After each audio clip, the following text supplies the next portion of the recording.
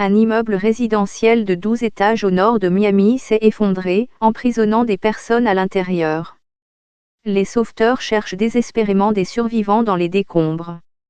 Une grande partie des tours Champlain, situées en bord de mer dans la ville de Surfside, s'est effondrée aux petites heures de jeudi. Les gens disent avoir entendu un bruit de tonnerre avant de voir un énorme nuage de poussière. L'un d'eux a comparé la scène aux attaques du 11 septembre 2001 contre les tours jumelles de New York. L'immeuble contenait 136 appartements et 55 d'entre eux se sont effondrés, laissant des tas de débris.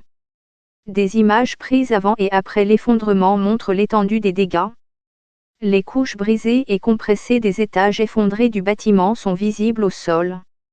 L'effondrement s'est produit alors que beaucoup dormaient encore.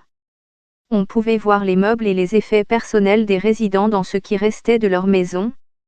Au moins 4 personnes ont été tuées, mais des dizaines d'autres sont portées disparues.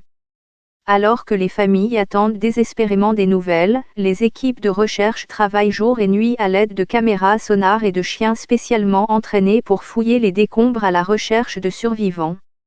Des équipes ont également creusé un tunnel à partir d'un parking souterrain situé sous le bâtiment afin d'atteindre les victimes. Mais les responsables affirment que ces efforts sont dangereux car d'autres décombres pourraient s'effondrer sur eux. On ne sait toujours pas ce qui a provoqué l'effondrement de ce bâtiment vieux de 40 ans. Mais il était soumis à un processus standard de recertification et nécessitait des réparations, selon les autorités. Selon des experts qui ont étudié la zone où se trouvait le bâtiment, le terrain sur lequel il a été construit s'est affaissé dans les années 1990. L'étude d'un chercheur de l'Université internationale de Floride a révélé que la zone entourant le bâtiment, construit sur des zones humides récupérées, s'était affaissée de 2 mm par an au cours des 3 dernières décennies.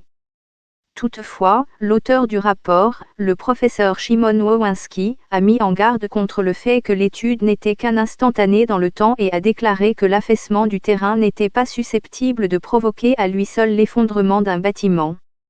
Par Dominique Belli, David Brown, Anna Lucia Gonzalez, Mike Hills, Tom Ousdan, Sana Jazemi, Lucy Roger, Joy Roxa et Sean Wilmot.